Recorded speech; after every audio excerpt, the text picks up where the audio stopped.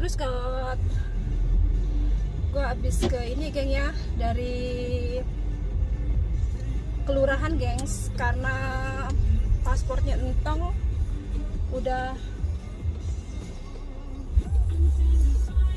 koit, jadi gue perpanjang ya. Bikin paspor Jerman tuh lebih gampang geng, sehari aja udah selesai gitu. Beda kalau gue bikin paspor ini ya, Indonesia gitu kan, itu butuh waktu lama dan juga jauh geng ya. Jauh, gue harus ke Munich, kalau enggak gue harus ke Frankfurt gitu kan, jauh banget gitu. Kalau di sini kan memang langsung kelurahan lah gitu kan, satu desa gitu kan. Gue mau cerita tentang ini geng, tanah gue ya. Gue udah bikin sertifikat, sertifikat gue tuh sempet diinin geng, sempet ditipu lah gitu kan. Gue harus bayar ekstra gitu kan, aduh parah memang. Udah gitu lama banget, gue butuh waktu sekitar 2 tahun lebih geng ngurus sertifikat tanah gitu kan, dan biayanya tuh double karena gue harus kena tipu gitu kan. Gue udah mau prepare geng gue udah mau prepare untuk bangun rumah ya di tanah gue. Gue beli tanah tuh daerah Jonggol ya. Gue udah mau prepare mau bangun rumah.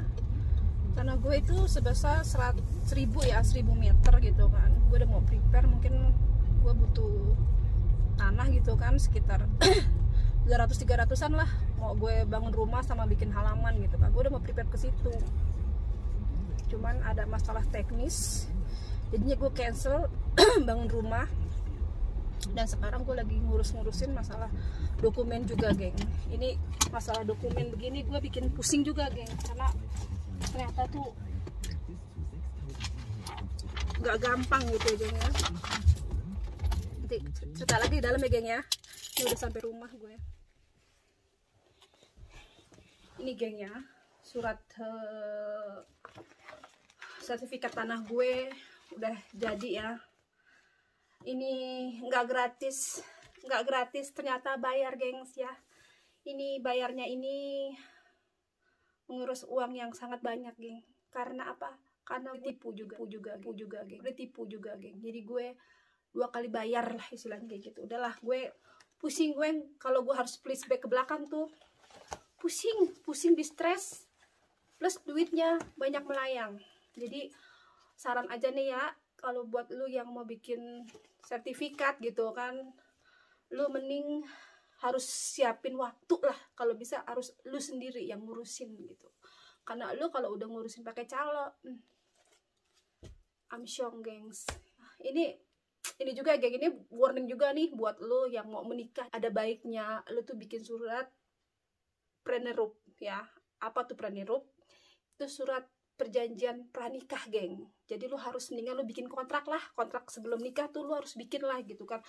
Terlepasnya nanti lu mau beli properti atau enggak, tapi minimal lu udah ada apa ya istilahnya ya, udah ada fondasinya gitu loh, biar strong gitu.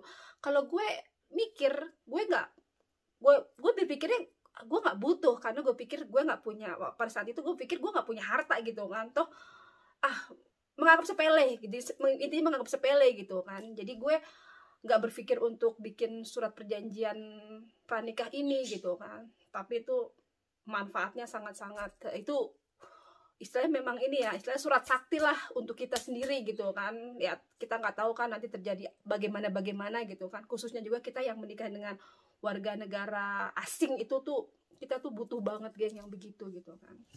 Jadi pas kemarin gue pulang, gue konsultasi ke 2 pengacara. Status tanah gue ini sertifikat atas nama orang tua gue kan ya geng ya. Jadi itu belum kuat gengs. Gimana cara menguatkannya? Gue pikir memang harus ke lawyer kan, nanti ke notaris itu kita bikin surat kayak surat ahli waris ya. Bikin surat ahli waris kalau memang tanah itu diperuntukkan untuk kita. Satu notaris bilang, iya gue bisa bikin surat ahli waris dengan biaya yang fantastik gitu geng ya, sekitar 10 jutaan lah gitu. Itu untuk surat ahli warisnya aja geng ya. Gue tanyalah ke pengacara yang satunya lagi gitu kan, Gue tanya ke dia dan dia bilang sama gue, langkah kayak gitu salah. Kalau gue tuh langsung bikin ke ahli waris gitu kan, dari sertifikat ke ahli waris. Jadi istilahnya tuh gue bikin surat ahli waris tuh salah, karena statusnya tetap aja gue tidak bisa memiliki tanah tersebut karena status gue yang menikah dengan WNA. Oke, jadi gue bilang sama pengacara yang kedua ini, gimana solusinya? Solusinya nanti dia bisa urus gitu kan. Ada 3 ternyata, geng, harus bikin 3 akta gitu kan. Dia tanya sebelumnya, apakah pernikahan gue ini udah dilegalin di negara gitu kan, maksudnya gue udah catatan sipil gitu kan untuk mendaftarkan pernikahan gue. Gue bilang gue belum, karena gue pikir gini, karena gue pikir tuh ngeling, geng, antara gue menikah di Jerman di sini, terus kan gue bikin data diri segala macem di KBRI sini kan, yang tadi gue pikir mungkin ngeling kan dari KBRI sini ke Indonesia, ternyata tidak, geng. Jadi gue sendiri yang harus mendaftarkan pernikahan gue ke sipil di Jakarta, ya kan. Oke, gue bilang sama pengacara gue, belum, gue bilang gitu kan. Ya udah, 1 step itu dulu. Jadi pernikahan gue harus dilegalin dulu di Indonesia gitu kan. Nanti setelah itu bikin pisah harta sama suami gue gitu kan, karena kan gue tidak mempunyai pranikah ini kan, surat kontrak pranikah ini gitu kan. Jadi nanti gue bikin surat akta yang pisah harta gitu kan. Nanti setelah itu barulah gue bisa bikin akta yang ahli waris. Jadi ada 3 step, gengs, dan harganya wow gitu kan. Gue agak shock gitu kan.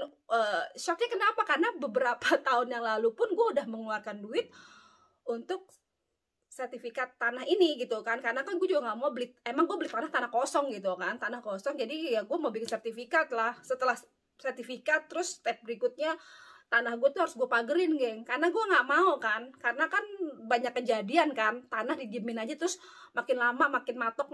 Itu kemarin juga sempet loh. Jadi ada orang nggak ya, orang sebelahan sebelah tanah gue itu gitu kan, dia itu dengan seenaknya gitu kan. Jadi tanah gue memang tanah kosong tadi kan, jadi dia bikin buat halaman dia, gengs, ya kan. Gue bilang sama orang rumah kan, ini nggak bisa kayak begini. Ya udah, makanya gue harus mempagerin, bikin pagar juga. Itu juga habis berapa jetong gitulah ya gitu kan. Jadi agak-agak sedikit menguras duit, gengnya. Ini step belum kelar, geng, ya. Jadi gue ada prepare juga, ingin mau bangun nih rumah ya, geng, ya. Tapi dengan kondisi yang seperti ini, maksudnya gini loh, gue harus dokumen gue belum kelar gitu kan. Jadi gue nggak tenang gitu kan. Ya gimana tenang, sementara status tanahnya aja buat gue pribadi ya, itu kan tanah gue, jadi statusnya aja belum jelas karena gue belum punya surat perjanjian, maksudnya surat harta gono gini aja gue pusing kan. Jadi gue belum safety gitu kan. Gue bilang sama suami gue, udah, kita nggak bisa langsung bikin rumah, nggak bisa, gue bilang gitu, karena step dasarnya aja kita belum kuat. Gue juga baru tahu, geng, ini pengacara ngomong kan, jadi tanah yang kita beli ini harus beraktivitas, geng. Jadi harus ada aktivitasnya, jangan didiemin melompong begitu aja, karena tanah ini harus mempunyai aktivitas. Tapi kalau enggak nanti bisa diserobot ataupun bagaimana lah gitu kan. Jadi untuk mengurangi sesuatunya gitu, nanti si tanah ini tuh harus kayak ditanemin ataupun nanti ada beberapa bulan sekalipun itu harus ada yang mantau. Jadi jangan dibiarin begitu aja. Ternyata juga itu nggak bagus. Jadi nanti kalau sesuatu kayak ada yang robotan gitu ya, tanah serobotan, itu kan juga kalau orang yang udah nyerobotin begitu udah ngerasa nyaman karena banyak kasus kan kayak begitu. Mereka nih pikir tanah kosong, nyerobot aja kan, mereka udah enak di situ. Nah, kita yang punya tanah tersebut, kita mau bangun apa-apa kan susah untuk mengusir mereka. Ntar ujung-ujungnya apaan? Minta ganti rugi. Nah, hal yang seperti itu, karena di banyak kasus seperti itu. Ini pengacara gue ngasih input kayak begitu. Jadi tanah pun harus beraktivitas gitu loh, gengnya. Jadi gue berpikir sama suami gue, aduh, gue pusing ya kayak begini, apa gue jual aja lah biar gue nggak pusing gitu kan. Jadi untuk sementara tuh tanah gue ya udah diem aja gitu, diem tapi ya ada aktivitas, maksudnya gue bilang sama tetangga-tetangga gue yang apa sih, yang jagain lah ya, jagain tanah gue gitu kan, ya kalian boleh lah apa tanam-tanam apa, nggak masalah, sampai gue kasih gembok segala macam nggak apa-apa, maksudnya agak-agak take care lah.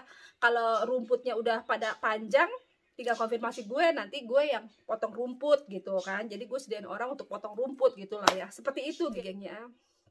Jadi untuk solusi untuk kalian yang ingin menikah dengan WNA, itu ada baiknya kalian bikin pranerup atau surat pranikah. Itu kalian tuh udah safety. Ya udah geng, ini gue harus jemput entong lagi geng ya. Sekian ya, see you next time di video gue berikutnya. Bye bye.